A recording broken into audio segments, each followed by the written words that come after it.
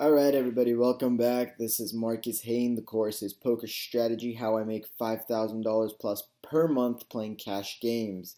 This is section 5, lesson 1, and this is probably the section that a lot of you guys have been dreading or not looking forward to because it's all about math, and this is poker mathematics, and section or lesson 1 is going to be all about pot odds.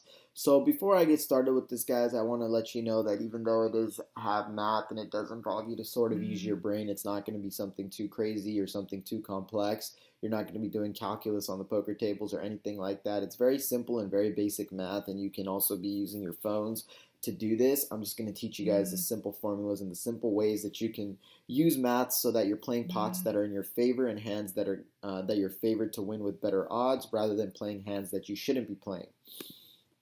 So the first thing is, what are pot odds and what about flushes and straights? So pot odds are the method for figuring out whether you should chase a draw such as a flush or a straight. Pot odds are going to tell you if it's profitable or not. So if you thought that you should chase every single flush or straight draw that you have, you are absolutely wrong. You should only be chasing the specific ones that can provide you with good pot odds, which basically means the goal out of this is that you want your pot odds to be greater than your hand odds, which is what makes you profitable. So you must be wondering, why use pot odds? The most simple answer to that is because it makes you money. If you always know whether the best option is to fold or draw or to call when you're stuck with a flush or straight draw, you're going to make yourself a ton of money in the long run. Pot odds are extremely easy to work out when you get the hang of it. It only takes about a second to do the math to see if you should call or fold when you are in a drawing situation. So working out whether to call or fold. So number one, figure out how likely it is that you're going to complete your draw. So ask yourself how many potential cards can complete your hand and how many you really believe are left in the deck based on the knowledge you have. So for example, there are 47 cards that you do not know about. There's 52 cards total in the deck, minus the 2 cards that are in your hand and the 3 flop cards. So that's 5 cards, so you subtract 52 minus the 5 and you're down to 47. So 9 of those cards can complete your flush, while the 38 other cards will not complete your flush. So your ratio is 38 to 9, or when simplified, roughly 4 to 1. Continued working out whether to call or fold. Compare the size of the bet to the size of the pot. So example, $20 bet and a $100 pot is equal to 120 to 20, which is a 6 to 1. So the 25-cent bet's going to be creating a total pot size of 1. So 1 to 20.25 is a 4 to 1.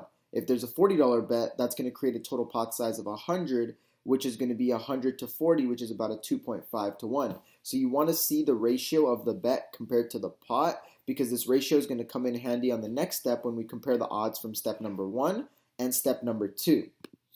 So working out whether to call or fold. So compare the two ratios. All you want to do now is put your two odds next to each other. So let's say the pot odds are 5 to 1 and the odds of completing the draw are 4 to 1. The pot odds in this case are bigger than the odds of you completing the draw. So thus, you're going to make more money in the long run each time you hit or call according to these odds. Therefore, your best move is to call. So it's a very simple mathematical formula that you're trying to create, and you're really just breaking down ratios and using simple fractions and just kind of simplifying them, and that's really how you figure out whether to call or fold.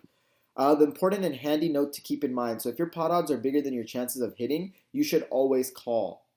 If your pot odds are smaller than your chances of hitting, you should always fold. It's that simple, and this one technique alone is what the professionals and the super advanced players playing the large stakes tables use, and that's what allowed them to be profitable for so many years. And that's the one thing that you guys should keep in mind as well. So that's it for this section. I'll catch you guys in the next one.